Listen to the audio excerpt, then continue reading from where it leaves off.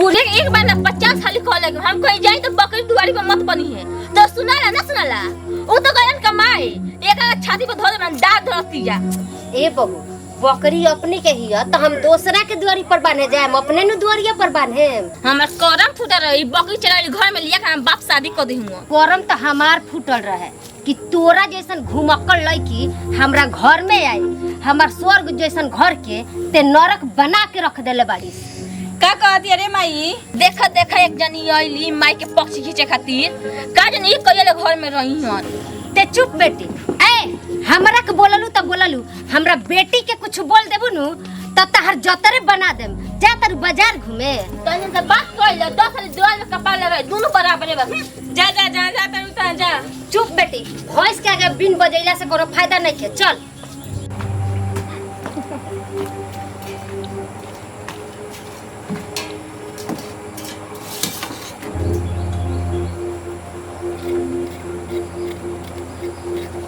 ए बेटी ई का करत रहो? माई शाम हो गइल बा खाना बनाए जाता नहीं तू राय दा वो दिन भर मार्केट घूमियन अपनी के बना के दियल जाई त खई हन। ठीक कह तेरे माई आइए तो बनाई हन। कब का बेटी मार्केट घुमला तो हमरा सवासे नहीं खे मिलत तनिको। का हो खाना वाना ना बनी अब बैठ के बकवास कइले बलू हमरा शिकायत बतिया थे अब जान नहीं कुछ हमरा के तहरा पैसे दिन भर हमरा दिन खराब गइल बा। तेरा बाप के हमनी के नौकर बैठल बानी सन घर में बना के देम सन त खइबू। ज्यादा बोल मत 11 में रह के बनू तो खाना बना के देबे के पड़ी बतार हमार के माता तो खातर सुन तन बैठ के तोर भतार होके से पहले हमरे माई के बेटा हो और हमार भाई हमन। हमार बेटी एकदम सही कहतिया हमनी के चाहम सन त घरवा में से तरह के निकलवा देम सन। तन बहुत ज्यादा बोलत तन बतावे पड़े रे। अरे अरे छोड़ ना रे हमरा बेटी के तई मुआ देहलस बाप रे बताई है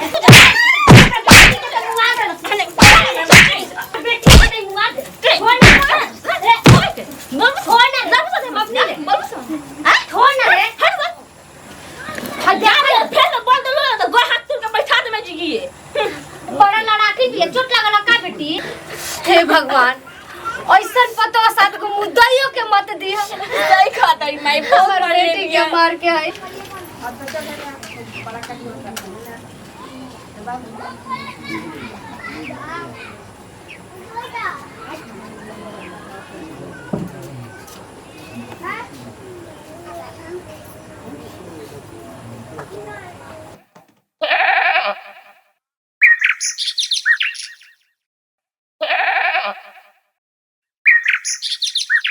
बबनी रे महारानी ये बरले सुतले रहियन बाजार घूमे ना जइहन का।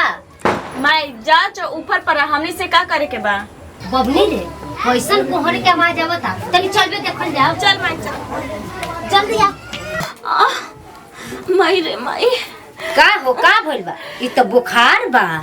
हां माई बहुत तेज बुखार निकल लगल बा। हां कल गई रही गोपालगंज देखो मी डॉक्टर को तो पथरी बा ऑपरेशन में 20,000 रुपया लागी वहाँ के लगे फोन कमी वहाँ कहत नहीं हमारे लगे पैसा नहीं के हम का करी हमें समझ नहीं के और कुछ।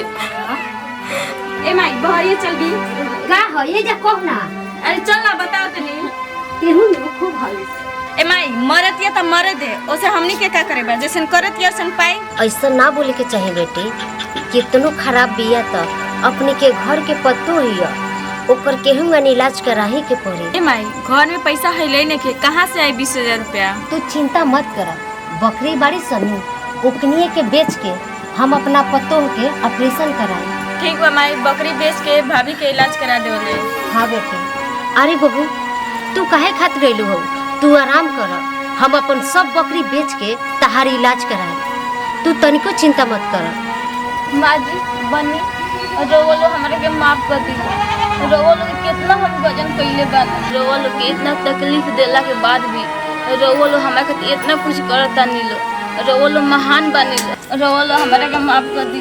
अरे बहू ऐसा मत बोला अब तू मत रोआ झगड़ा कइले के मतलब ई ना कि हमने के तहरा के भुला जाम सर। अरे झगड़ा तो सब घर में होला चुप हो जा चला अंदर चलो चला बेटी।